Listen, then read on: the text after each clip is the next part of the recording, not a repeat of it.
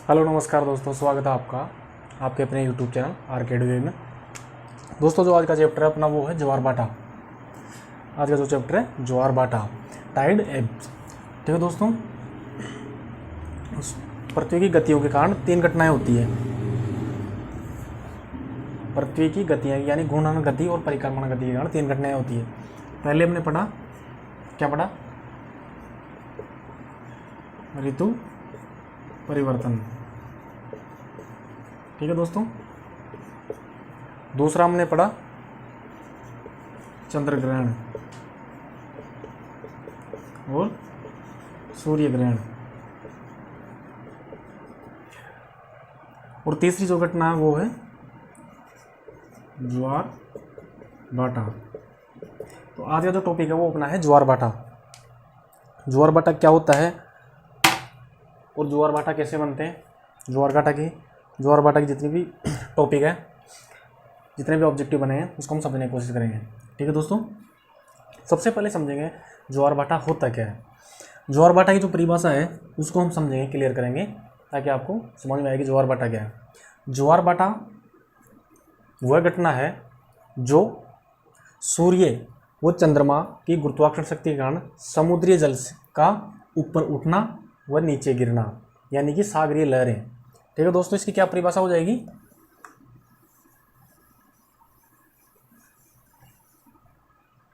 क्या हो जाएगी? सूर्य व चंद्रमा की गुरुत्वाकर्षण शक्ति के कारण समुद्री लहरों का ऊपर उठना और नीचे गिरना। ठीक है दोस्तों, अब इसमें दो शब्द है, ज्वार और भाटा। ठीक है, समुद्र की लहरों का किसके कारण? उसका कारण यह है कि सूर्य व चंद्रमा की गुरुत्वाकर्षण शक्ति के कारण समुद्री लहरों का ऊपर उठना व गिरना। तो जो लहरें ऊपर उठती है उसको क्या कहते हैं? ज्वार या टाइड। ठीक है दोस्तों, यानी कि समुद्री लहरों का ऊपर उठना कहलाता है ज्वार। और भाटा वो है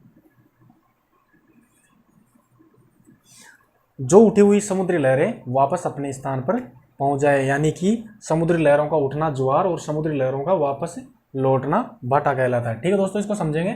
जितने भी टॉपिक हैं इसमें जितने भी ऑब्जेक्टिव निकलेंगे हम उसको एक एक करके समझेंगे। एग्जाम में ज्वार भाटा के ऊपर काफ़ी क्वेश्चन बनते हैं।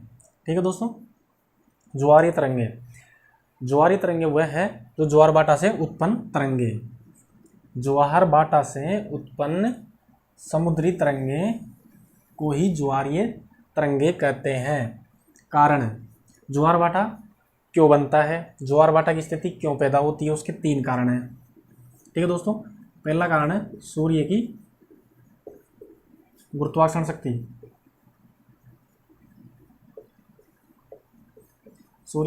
शक्ति। दूसरा है चंद्रमा की गुरुत्वाकर्षण शक्ति। ठीक है दोस्तों, और तीसरा है पृथ्वी का अपकेंद्रीय बल।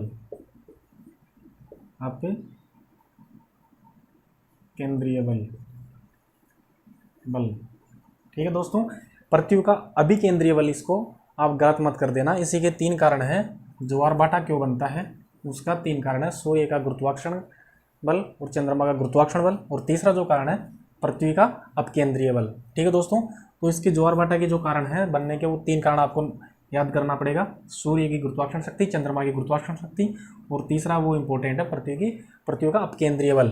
ठीक है दोस्तों, बल दो प्रकार के होते हैं, अभिकेंद्रीय और अपकेंद्रीय। अपकेंद्रीय आपको नोट करना पड़ेगा। इस पे ज्वार भाटा एक दिन में कितनी बार आता है, ये मोस्ट इंपॉर्टेंट वो है क्वेश्चन। 24 घंटे में कितनी बार आता है, यानी कि दो बार ज्वार भाटा आता है। ज्वार भाटा, ये एक वर्ड यूज करेंगे हम, ज्वार भाटा। ठीक है, ज्वार भाटा 24 घंटे में दो बार आता है, यानी कि दो बार ज्वार, दो बार भाटा। ठीक है दोस्तों, दो बार ज्वार, दो बार भाटा, यानी कि टोटल मिला के 4 बार हो गए। ठीक है दोस्तों, इसको आप अच्छे से समझना। दो बार ज्वार आएगा, यानी कि जो ज्वार उठेगा वो भाटा आना निश्चित है, क्योंकि ज्वार अगर समुद्री लहरें उठेगी तो वापस भी लौटेगी। 24 घंटे में 2 बार आता है, तो उसका समय होता है 12 घंटे व 26 मिनट। ठीक है दोस्तों, एक ज्वार भाटे का जो बीच का टाइम है उसके बीच का अंतराल होता है 12 घंटे 26 मिनट, यानी कि 12 घंटे 26 मिनट के बाद में दूसरा ज्वार भाटा आता है। ठीक है, अब इसमें ज्वार और भाटे का अगर हम अंतर करेंगे तो 12 घंटे यानी ज्वार के प्लस 6 घंटे 13 मिनट, यानी कि प्रत्येक ज्वार के 6 घंटे 13 मिनट में भाटा आएगा, यानी कि समुद्री लहरें वापस जाएगी। तो टोटल 6 घंटे प्लस 13 मिनट, ये स्थिति 4 बार बनती है 24 घंटे में। 24 घंटे में 4 बार बनती है। 4 बार का मतलब आप समझ गए होंगे, 2 बार ज्वार 2 बार भाटा। ठीक है, क्लियर है। ज्वार भाटे के बीच में अंतर कितना होता है? 12 घंटे 26 मिनट का। 24 घंटे में 2 बार आते हैं। और ज्वार और भाटे के बीच में कितना अंतर होता है? ठीक है दोस्तों, 2 ज्वार भाटे के बीच में अंतर कितना होता है? 12 घंटे 26 मिनट। और अगर आप ज्वार और भाटे की, अगर इन दोनों के बीच की बात करें तो वो होता है 6 घंटे 13 मिनट। क्लियर? ठीक है दोस्तों, हम इस पे तुलना करेंगे। चंद्रमा का ज्यादा असर होता है, ज्वार भाटे पे चंद्रमा का ज्यादा असर होता है। इसको हम क्लियर करेंगे। कैसे होता है? सूर्य और ये चंद्रमा और ये पृथ्वी। ठीक है दोस्तों, तो ज्वार भाटे की जो स्थिति होती है वो चंद्रमा का गुरुत्वाकर्षण ज्यादा काम करता है, यानी कि चंद्रमा की वजह से ही ज्वार भाटा आता है अधिकतम। कारण क्या है इसका? सूर्य इससे काफ़ी बड़ा है चंद्रमा से, लेकिन ज़्यादा असर चंद्रमा का क्यों पड़ता है इसका सीधा सा आपको बताता हूँ। क्योंकि सूर्य पृथ्वी से काफ़ी दूर है और चंद्रमा लगभग 3,84,000 किलोमीटर और ये लगभग 15 करोड़ किलोमीटर है। इसी का कारण है कि जो गुरुत्वाकर्षण शक्ति है वो सबसे ज़्यादा काम किसकी करती है? चंद्रमा की। तो चंद्रमा का ज़्यादा असर इसलिए पड़ता है ज्वार भाटे में क्योंकि चंद्रमा पृथ्वी के सबसे नज़दीक है और कोई दूसरा पिंड चंद्रमा के जितना नज़दीक पृथ्वी के कोई भी नहीं है। ठीक है दोस्तों, दीर्घ ज्वार का मतलब होता है बहुत ज़्यादा ऊंचा, यानी कि सबसे ज़्यादा ऊंची लहरें ज्वार भाटे में कब बनती है? हमने पिछले चैप्टर में आपको समझाया था चंद्रग्रहण और सूर्य ग्रहण को सिज्जिकी कहते हैं। सिज्जिकी। ठीक है दोस्तों, सिज्जिकी में क्या होता है? सूर्य और ये चंद्रमा और ये पृथ्वी। ठीक है दोस्तों, यानी कि तीनों की एक सिद्ध में, अगर ये तीनों एक सिद्ध में आ जाते हैं उसी की स्थिति को बोलते हैं सिज्जिकी। दीर्घ ज्वार यानी कि सबसे ज़्यादा ऊंचा जो ज्वार आता है वो कब आता है? सिज्जिकी। यानी कि आप इसको सीधा सीधा क्यों नहीं कहते कि चंद्रग्रहण या सूर्य ग्रहण के दिन सबसे ज़्यादा ऊंचा ज्वार कब आएगा? सबसे ऊंचा, या उसको दीर्घ बोल सकते हैं, वो आता है कब आता है? सिज्जिकी की स्थिति। अब सिज्जिकी की स्थिति कब बनती है? अमावस्या या पूर्णिमा। ठीक है दोस्तों, आप इसको नोट करना। दीर्घ ज्वार की स्थिति कब बनती है? सिज्जिकी के टाइम में। सिज्जिकी की स्थिति कब बनती है? अमावस्या व पूर्णिमा। ठीक, क्लियर। लघु यानी कि अगर ऊंचा ज्वार आता है तो सबसे नीचे भी समुद्री लहरें उठती होगी। समुद्री लहरें सबसे नीचे कब उठती है? उसका कारण ये होता है, आपको समझा देता हूँ। सिज्जिकी में तीनों चंद्रमा, सूर्य और पृथ्वी एक सिद्ध में होते हैं। अब इसमें क्या होता है? निम्न ज्वार में ये सूर्य होता है, ठीक है, ये पृथ्वी होती है। ठीक है दोस्तों, पृथ्वी है। चंद्रमा की स्थिति या तो यहाँ पे होती है या फिर यहाँ होती है, यानी कि समकोण में। समकोण की स्थिति बनती है उस टाइम पे क्या होता है? जो ज्वार की स्थिति होती है वो निम्न होती है, या उसको लघु ज्वार भी बोलते हैं। उसका कारण ये होता है कि जो उसकी गुरुत्वाकर्षण शक्ति होती है ना वो दोनों तरफ बढ़ जाती है। थोड़ा सा सूर्य की तरफ आकर्षित होती है गुरुत्वाकर्षण शक्ति, और हल्की सी होती है किसकी तरफ? चंद्रमा की तरफ। इसलिए दोनों की गुरुत्वाकर्षण शक्तियाँ संतुलन के कारण जो समुद्री लहरें हैं वो कम उठ पाती है, और इसी के कारण सबसे कम लहरें उठती है। ये स्थिति कब होती है? यानी कि दीर्घ ज्वार की स्थिति होती है सिज्जिकी, यानी कि अमावस्या और पूर्णिमा के दिन ये स्थिति होती है। सप्तमी या अष्टमी। अब सप्तमी अष्टमी महीने में 2 बार आती है, इसको हम कह सकते हैं शुक्ल पक्ष पक्ष या कृष्ण पक्ष। ठीक है दोस्तों, दोनों पक्षों में जो सप्तमी और अष्टमी आती है उनमें यह स्थिति समकोणीय स्थिति आता है, चंद्रमा समकोणीय स्थिति में आता है, और इसी के कारण जो गुरुत्वाकर्षण शक्ति दोनों का संतुलन बन जाता है सूर्य और चंद्रमा की, इसी के कारण समुद्री लहरें कम उठती है और उसी को निम्न ज्वार या लघु ज्वार कहते हैं। क्लियर।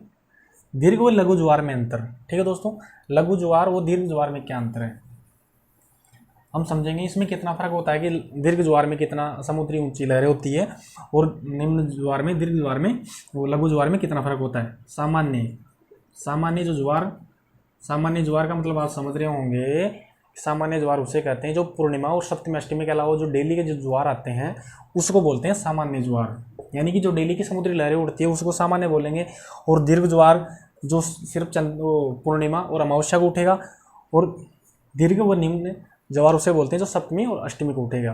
ठीक है, 3 तरह के ज्वार होते हैं।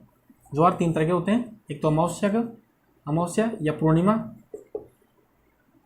और दूसरा होता है कौन सा होता है, सप्तमी या अष्टमी। ठीक है दोस्तों, और तीसरा नंबर होता है रोजाना, डेली, यानी कि रोजाना। 3 तरह के ज्वार हो गए, दीर्घ, लघु और रोजाना, पर डे के जो ज्वार आते हैं। तो सामान्य ज्वार से आप बोलेंगे किसको, अमावस्या या पूर्णिमा को, या उसको दीर्घ ज्वार भी बोलते हैं। तो ये सामान्य ज्वार से 20% अधिक होता है, प्लस होता है। ठीक है दोस्तों, 20% क्या होता है, अधिक होता है। सामान्य ज्वार से कौन सा होता है, दीर्घ, इसको हम ऊंचा ज्वार भी बोल सकते हैं। और ये होता है 20% कम, कौन सा होता है, लघु ज्वार। क्वेश्चन कंफ्यूज करेगा दोस्तों आपको, लेकिन आपको समझना होगा सामान्य ज्वार से दीर्घ ज्वार की जो स्थिति होती है वो 20% अधिक ऊंचाई होती है लहरों की, समुद्री लहरों की, और जो लघु ज्वार होता है वो सामान्य लहरों से या सामान्य ज्वार से 20% कम होता है। क्लियर। प्रत्येक दिन 12 घंटे 26 मिनट में। ठीक है दोस्तों, ये मैंने बता दिया, प्रत्येक दिन 12 घंटे 26 मिनट में, यानी कि 12 एक जो ज्वार भाटा आता है वो 12 घंटे व 26 मिनट में, 2 यानी कि एक और दूसरा दोनों के बीच में कितना अंतर होता है, 12 घंटे 26 मिनट का, यानी 2 ज्वार भाटों के बीच का जो अंतर होता है 12 घंटे 26 मिनट का होता है। ठीक है, और ज्वार और भाटे के बीच में अंतर होता है 6.13, यानी कि 6 घंटे 13 मिनट। क्लियर। प्रत्येक ज्वार के बाद भाटा। ठीक है, प्रत्येक ज्वार के जो बाद भाटा आता है उसका बीच का जो टाइम होता है वो होता है 6 घंटे 13 मिनट। ठीक है दोस्तों, क्लियर। ज्वार और भाटे के बीच का जो डिफरेंट होता है वो 6 घंटे और 13 मिनट का होता है, ये फिक्स होता है दिन में 2 बार का कारण। ठीक है दोस्तों, अब आप कह रहे होंगे, सोच रहे होंगे कि ज्वार भाटा प्रत्येक दिन में 2 बार क्यों आता है, 3 बार क्यों नहीं आता, 4 बार क्यों नहीं आता, या 1 बार क्यों नहीं आता। ठीक है दोस्तों, इसका कारण ये है, दिन में 2 बार कारण होता है। पहला जो ज्वार आता है, ज्वार भाटा आता है वो होता है सूर्य गुरुत्वाकर्षण।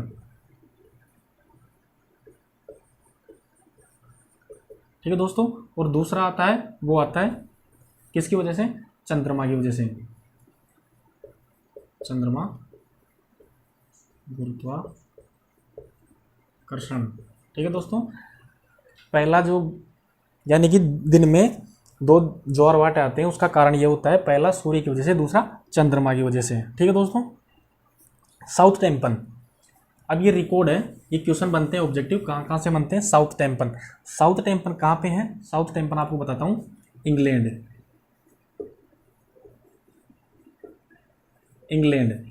में एक जगह है साउथ टेम्पन।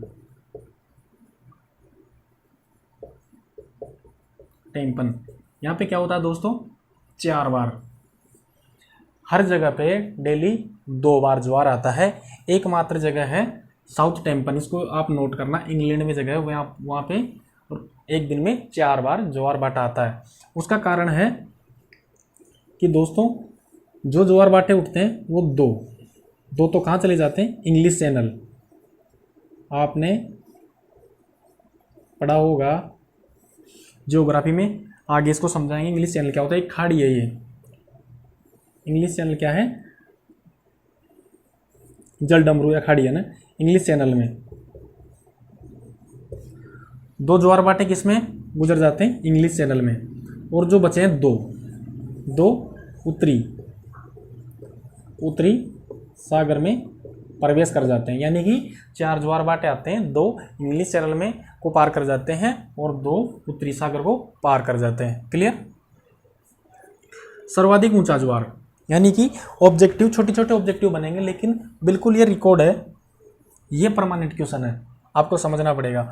सर्वाधिक ऊंचा ज्वार, जैसे आप समझे होंगे, देखते होंगे सबसे ऊंचा पहाड़ कौन सा है, सबसे छोटा पहाड़ कौन सा है, वर्ल्ड में सबसे ऊंचा पहाड़ कौन सा है, तो सर्वाधिक ऊंचा यानी कि पूरे वर्ल्ड में सबसे ऊंचा जो ज्वार आता है वो है कनाडा में है फंडी की खाड़ी। ठीक है दोस्तों, खाड़ी को समझते होंगे आप। खाड़ी को मतलब खड्डा, यानी कि समुद्र का जो एक हिस्सा होता है खाड़ी। ठीक है, कनाडा में फंडी की खाड़ी। ठीक है दोस्तों, ये कितना होता है, लगभग 27 मीटर तक ऊंचा ज्वार आता है वहाँ पे। फंडी की खाड़ी सर्वाधिक ऊंचा ज्वार, पूरे वर्ल्ड का रिकॉर्ड है ये। कनाडा में फंडी की खाड़ी, वहाँ पे 27 मीटर तक ऊंचा ज्वार उठता है। ठीक है दोस्तों, अब भारत में सबसे ऊंचा ज्वार, यानी कि भारत में सबसे ऊंचा ज्वार भाटा कहाँ पे आता है, उसकी हम बात करेंगे। वो है कहाँ पे है, ओखा तट। ये कहाँ है, गुजरात में। ठीक है दोस्तों, ओखा गुजरात में। ठीक है, यहाँ पे कितना आता है, 2 से 5 मीटर इसकी ऊंचाई होती है जो भारत में। ओखा तट गुजरात में इसकी जो ज्वार भाटे की ऊंचाई होती है 2 से 5 मीटर। क्लियर। अब हम बात करेंगे ज्वार भाटे, हमने समझ लिया ज्वार भाटा की परिभाषा क्या है, ज्वार भाटा क्यों बनता है, ज्वार भाटे के बीच में अंतराल कितना होता है। अब हम समझेंगे प्रकृति में जो भी चीज़ दी होती है उसका कुछ ना कुछ लाभ या हानि होती है। ठीक है दोस्तों, इसके लाभ हैं, हम लाभ के ऊपर चर्चा करेंगे कि ज्वार भाटे का प्रकृति में क्या लाभ है। पहला जो लाभ है वो है यातायात ये है दोस्तों कि जैसे मान लो कोई भी नदी या समुद्र है, अगर मान लो जैसे समुद्र की लहरें उठेगी, अगर इसमें मान लो जहाज़ इसी दिशा में जाएगा, मान लो अगर जहाज इसी दिशा में जा रहा है, इसी दिशा में, और लहरें भी इसी दिशा में जा रही है, अगर इसी लहर के हिसाब से अगर जहाज चलेगा तो यातायात में सुविधा, यानी कि यातायात में सुविधा, आप नोट करना है इस चीज़ को, यातायात, इसका पहला लाभ है यातायात में सुविधा। हिंदुस्तान की हुगली नदी, ठीक है दोस्तों, हुगली नदी कोलकाता में है। इसमें ज्वार भाटे के कारण यातायात की सुविधा देखने को मिलती है। और टेम्स नदी कहाँ है, टेम्स नदी के तट पर कौन बसा हुआ है, लंदन। ये दोनों नदियों में ज्वार भाटे की वजह से आप इसको अच्छे से समझ सकते हो, दोनों नदियों के ऊपर यातायात की सुविधा ज्वार भाटे के अनुसार अच्छी रहती है। ठीक है दोस्तों, तटीय उसाद की सफाई, आपने देखा होगा अगर समुद्री लहरें उठेगी तो समुद्र में जो कचरा होता है, यानी कि जमा होता है मिट्टी का, वो साफ हो जाता है, यानी कि लहरों के हिसाब से जो वो कचरा होता है, उसाद होता है, वो समुद्र में वापस समा जाता है। ठीक है। और ज्वारीय ऊर्जा की काफ़ी बिजली उत्पादन, समुद्री लहरों की वजह से जो तरंगे उत्पन्न होती है, जो उसको बोलते हैं ज्वारीय तरंग, और उसका उपयोग किसमें लिया जा रहा है आजकल, वो है बिजली उत्पादन में। ठीक है दोस्तों, तो आज का चैप्टर इतना ही था, ज्वार भाटा जो किसकी वजह से, पृथ्वी की गतियों के कारण 3 घटनाएं होती है। सौर मंडल में कौन कौन सी होती है, ऋतु परिवर्तन, चंद्र ग्रहण, सूर्य ग्रहण, और तीसरा होता है ज्वार भाटे की जो परिभाषा मैंने बता दी आपको, इसका कारण क्या होता है। क्लियर। आप इसको अच्छी तरह से समझना, और आने वाली वीडियो के नोटिफिकेशन के लिए हमारे जो चैनल है उसको सब्सक्राइब करें और बेल आइकन को प्रेस करें, ताकि हमारा जो वीडियो उसका नोटिफिकेशन आप तक पहुंचता रहे। Thank you.